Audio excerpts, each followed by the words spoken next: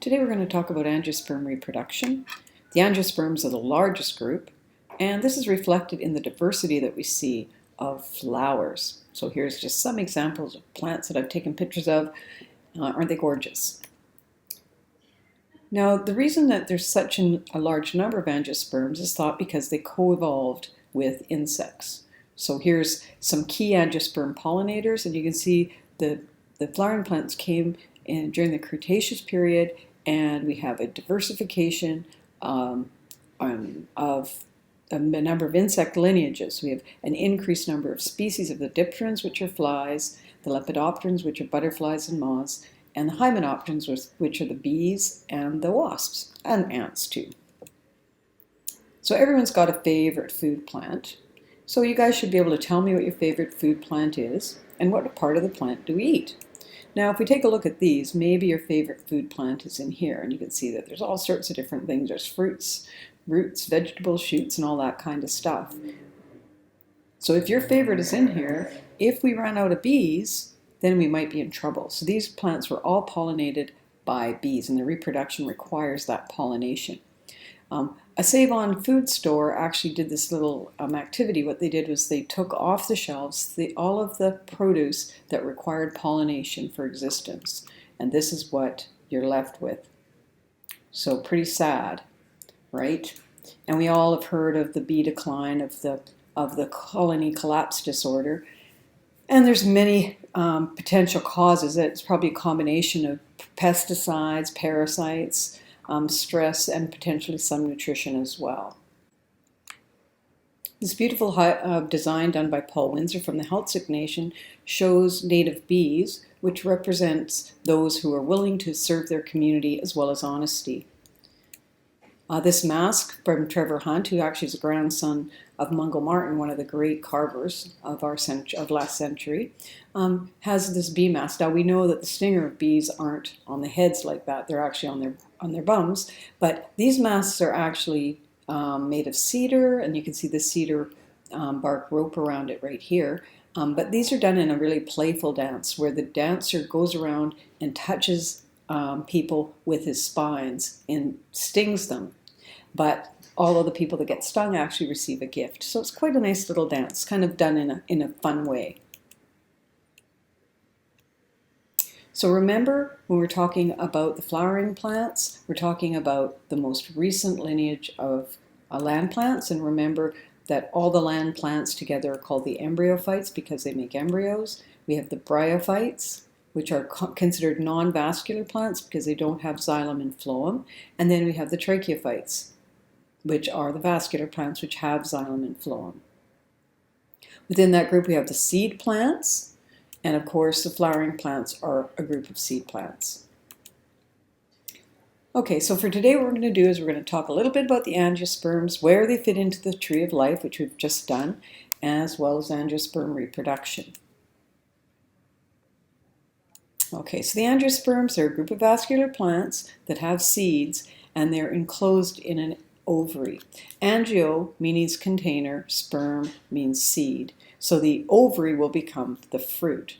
And as we mentioned before, there's about 250,000, so it's the largest phylum of plants, and it's a monophyletic group, which arose about 130 million years ago.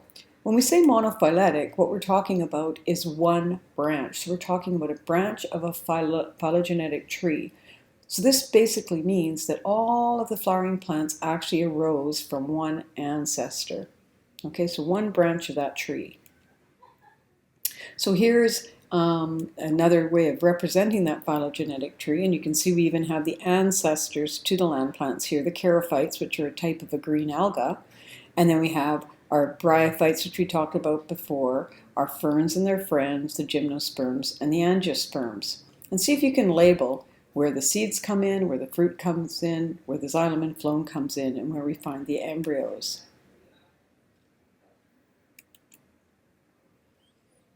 You should be able to do that, okay? And here we have the angiosperms. So the angiosperms themselves, you can see all these different branches within this angiosperm branch. And all sorts of cool names, you don't have to know them. But if we talk about the the land plants plus their ancestor, closest ancestor, we call these the streptophytes. And the embryophytes are equivalent to land plants or kingdom plantae. A lot of different ways of saying that. Then we have this group here that include the club mosses up to the angiosperms, called the vascular plants. We also call them tracheophytes. You're going to find out where that root tracheo comes from later on. And then we have our flowering plants, the angiosperms and our gymnosperms. Okay, what make up the seed plants? Well, the gymnosperms and the angiosperms. Okay, let's take a look at this little, just for fun actually, this is kind of a neat little thing to talk about where some of our favorite plants come from. So star anise comes from one of the ancient lineages, the Austrobaileales, kind of fun to say. That's my favorite spice actually. Black pepper, cava, peperomia also come from an early diverging lineage. Drymes, that's actually an ornamental type of tree. I have one in my garden. Magnoliales includes the magnolia, but a whole bunch of really cool plants, including nutmeg, mace, nona, that's a genus of that custard apple that we ate in the field trip. Sweet sop, sour sop, pawpaw, ylang ylang, you might be familiar with those. The laurales is also a yummy group, including bay laurel, cinnamon, camphor, avocados, and sassafras. Sassafras is a flavoring for root beer. And then we have two groups, the monocots and eudicots, which you're probably a bit familiar with. The monocots are made up by the grasses and the lily-like monocots. And then we have the eudicots, which are the majority of groups, and they include all of the other families that we're going to be taking a look at in labs. So we'll talk more about those later.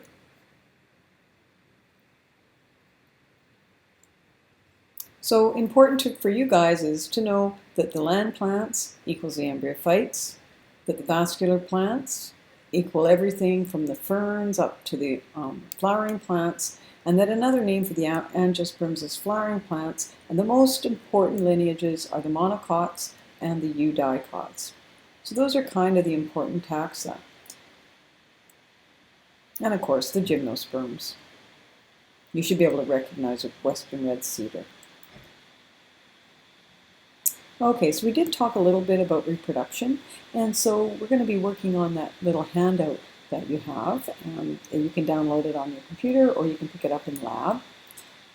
And we did a diagram about the life cycle of the humans. We start off with a diploid organism producing sperm and egg by the process of meiosis, so we go from being 2N, or diploid, to being haploid, and those gametes fuse to make the zygote, which will develop into the embryo. And so there's really only one generation in humans. When we took a look at the ferns, we saw we have the 2N generation, the diploid generation, that alternated with another generation, or gametophyte generation, that's haploid. And that haploid generation is giving rise to the sperm, which is found in Antheridia, and Archegonia, which contain the egg. And the egg and the sperm get together, and we get the zygote, we get the embryo all over again. Okay, so here's my little drawing, kind of like the one we did on the board. And of course, there's our diploid sporophyte, our haploid gametophyte, and then we have the development of the gametes. And again, we have that reductionary type of division, which give rise to 1N spores, or haploid spores. Flowering plants are kind of similar.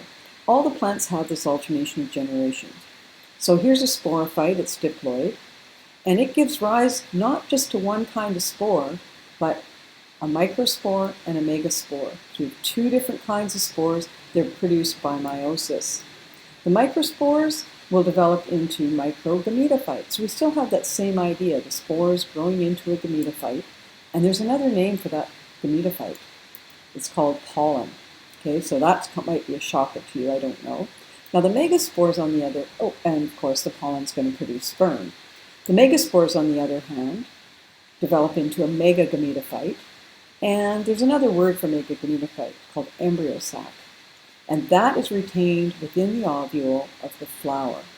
And remember, we're talking about the angiosperm, so that ovule is actually inside of an ovary. Okay, and of course we have within that megagametophyte, we have the egg. Egg and sperm meet, and we get the zygote, which is diploid. Zygote goes into an embryo. Now, in the flowering plants, the embryo is still in that ovule, and that ovule becomes the seed. And of course, that embryo will develop into a new sporophyte. Okay, so it's similar to the fern life cycle, but remember the spores actually end up being different, two different kinds of spores. It's called heterospory. Okay, so what do flowers look like? You can use the diagram in the handout to help label. It's a little bit different, but still the same. We have the outer whorl or outer ring of appendages in the flower called sepals. We have the petals. You guys are mostly familiar with those. And then we have the anthers. Anther is where we have the pollen or the male gametophytes or the microgametophytes developing. And it has a filament that keeps it a certain height from the rest of the flower. And together they're called the stamen. And remember, the anther makes the pollen. The female part has a stigma, a style, and an ovary, and that's called the pistil. Okay, so these are all the parts of the flower, and each of these parts is actually a modified leaf. The leaves evolved into these structures. Now the ovules, of course, are inside the ovary, right here. The ovules will become seeds, ovary will become fruit.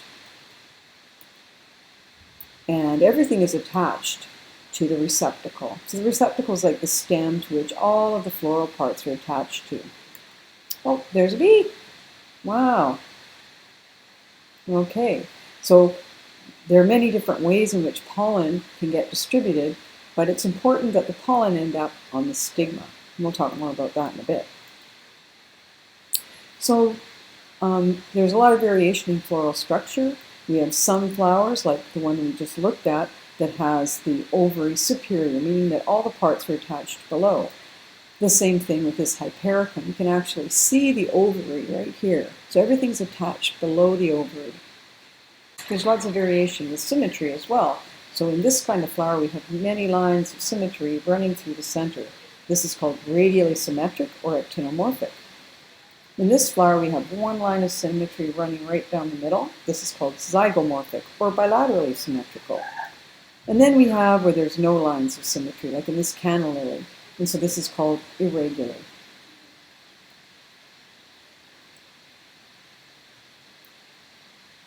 Now we have flowers that have both male and female parts, and the plant is said to be synoecious. We took a look at plants such as begonia that had the male flowers and female flowers on the same plant. They're on separate flowers, but they're on the same plant, and that's monoecious. Plants like holly that have male plants and female plants, they're called dioecious. We call the plants dioecious, the plant monoecious, the plant synoecious, and we can call this flower bisexual. These flowers are either staminate or carpellate.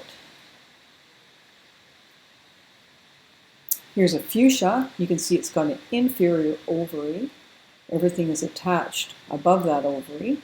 There's the fruit right there. And if we did a longitudinal section, we could actually see that this is like a tube, right, hanging down right there. And that's called a hypanthium. Another example will be something like a cherry blossom. We cut it up and it has like a cup. The ovary is actually sitting on top. So this is a superior ovary with this cup. And the cup is actually really important. It fills up with nectar. And so you can imagine this fuchsia hanging and, say, a hummingbird coming along and sticking its beak inside of this tube to get at the nectar. And the same with this. You can imagine a honeybee coming along and putting its proboscis in there to slurp up the nectar. And in so doing, of course, they're transferring pollen. So here we have a copper bush, and here you can see this lovely ovary again, the stigma up here, which is the receptive site for pollen, and the style. So here's part of that handout. So the stigma, as I said, is a receptive surface and maybe the site of self-incompatibility. So pollen that lands there is chemically detected to see if it actually is of the same plant or not. And so if it's rejected, then nothing happens. If it's not rejected, then the pollen can grow a pollen tube to send its sperm down towards the ovules. The style is the stalk that attaches the stigma to the style. Sometimes the pollen tube does get partly down there and then it's kind of halted in this tissue if there's some incompatibility. Then we have the ovary, which is the basal part of the carpel or fused carpels. So this idea of carpel is, some people find it complicated, but it actually isn't if you think about each carpel as being a modified leaf. Okay?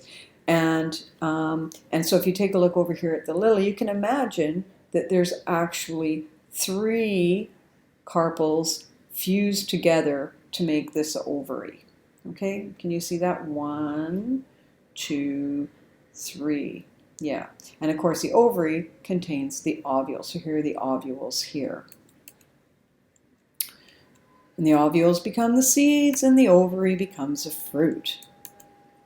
Okay, so I'm just going to show you some examples. So here's the bean plant, and of course you guys are familiar with bean. This is a tomato plant, and you're familiar with those. And so here, if we take all the other bits off, you can see there's one ovary there, and the bean, this is one ovary as well. And if we made a cross section, we could actually figure out how many carpels make up each of these fruits. So here you can see there's only, you can imagine there's one leaf, there's only one kind of cavity in there. So this one is one carpel. And then if we cut this tomato in half, you can imagine that there's actually 2 that are fused together. Okay, I hope that makes sense. Okay, so within the ovule, each ovule contains 1 megaspore. Okay, so the megaspores are sitting in here and they become that megagametophyte, right? There they are. And so if we take a look, we have our ovary wall, which is another name is called a pericarp, and you'll learn more about this later. The ovules are attached to tissue that transfers nutrients, like it's called a placenta, and then there's a gap in between, and that's called a locule. And sometimes the gap has air in it, and sometimes it's full of juice. You can think of that little area inside a tomato, all full of juice. So here's an ovule here showing you some other parts. So we have the megaspore mother cell, that's prior to meiosis. And then we have the sporangium wall, and then some extra layers around called the integument. Okay, so let's take a look at what that ovule is. So an ovule is defined as an integumented megasporangium. Okay, so here is the integument, the outer part here. And our megasporangium is here and contains 1 megaspore. And of course the megaspore is haploid. Now for you biologists out there, you're going to say, but you know what, Shona? The product of meiosis is 4. How come we only have 1 spore? Well, guess what? The other 3 died. I know, death and dying. Anyhow, so that 1 megaspore will develop into the embryo sac. And remember, another name for that is the megagametophyte. And so here is our megagametophyte. We only really care about a few cells there in there, but there are more than that. We don't care about the other ones, the names of them. But we have the egg, which is right there. And then we have these nuclei of this larger cell. So this is one large cell with 2 nuclei, and they're called polar nuclei. So these are the important players in angiosperm reproduction, of course. Okay. Well, let's just take a look at my wee animation. So there's my pollen grain, okay? So the pollen grain, what happens is it grows down, digests its way down through the pistil, and it finds 1 ovule, and then whammo, that's where fertilization happens. Pretty exciting. So if you think about how many ovules are within some ovaries, a lot of pollen grains are going to have to fertilize them to have viable seeds. Okay, well, let's go back to this diagram. So we have our egg and we have our polar nuclei. Okay, so our pollen grain actually delivers 2 sperm nuclei, and one sperm nucleus fuses with the egg, and woohoo, we get the zygote. Okay, so the zygote then goes on to become the embryo and all that kind of stuff. But there's another sperm, and what happens is that it fuses with the polar nuclei to produce the endosperm. And some of you may be familiar with endosperm. Endosperm is often the nutritive material inside of the seed. So it's the nutrition that helps to feed the developing embryo. Now, what happens in some seeds is that some part of the embryo actually absorbs all the nutrients. So like beans. We don't see an endosperm in beans, but we see you can split beans in half, right? If you dissect a seed, you're going to do that in the lab. You dissect the seed, breaks in half. Well, those two halves are actually modified leaves, and they've absorbed all the nutrients from that endosperm. So one of the main characteristics of flowering plants, other than having the ovary, is that we have what's called this double fertilization. We have the fertilization of the egg, and we have the fertilization of the polar nuclei. Very exciting. So here's some fireweed, and you'll notice again here we have a plant that has one pistil in it. Not all plants have just one pistil. Here's a strawberry plant. You can see it has many, many pistils in the middle, surrounded by a ring of stamens, surrounded by a ring of petals, and you can even see some sepals peeping through there. So there's lots of variation. Some plants actually don't have any sepals or petals. They have showy stamens. Some plants, like this grass, aren't showy at all. They have their little stigmas hanging out and their stamens hanging out. And so they're actually wind pollinated. The wind flies through them, picks up the pollen. They don't need to have any showy parts to attract pollinators. So who are the pollinators? Well, lots of different things are pollinators. Wasps and flies and bees and butterflies. Isn't that a lovely butterfly? It's a glasswing butterfly. And also hummingbirds. But there's other ones as well, like bats are also pollinators. And even a funny little gecko is a pollinator. I wouldn't have believed it if I didn't see the data myself. Oh, here's a lovely hummingbird by Odin Lonning. Alvin Atkins writes about what the meaning of hummingbird is. Hummingbird is a joyful messenger carrying messages between the human world and the spirit world, and it's a symbol of health. When a hummingbird appears, comfort and healing will soon follow. The hummingbird symbolizes the fragility of nature and all living things. Now, I just wanted to mention, we were talking a little bit about pollination, we'll talk more about it, but sometimes it's flower arrangement. It's not just about the individual flower, but the flower arrangement. So oftentimes, things like bees will come along and they will visit a flower or inflorescence in a special way. I think you might want to see that again, right? Here we go. Notice the bee is starting from the bottom, and this is where the stigmas are. And then it picks up pollen as it goes to the top. So when the flowers are younger, they actually have anthers presenting pollen, and as the flower ages, the female parts become mature. So when the insect comes in, it'll have pollen on it, deposit the pollen from another plant. As it moves up, it collects pollen and goes and visits another plant. Pretty ingenious way of what they call outcrossing, so that you're not pollinating yourself.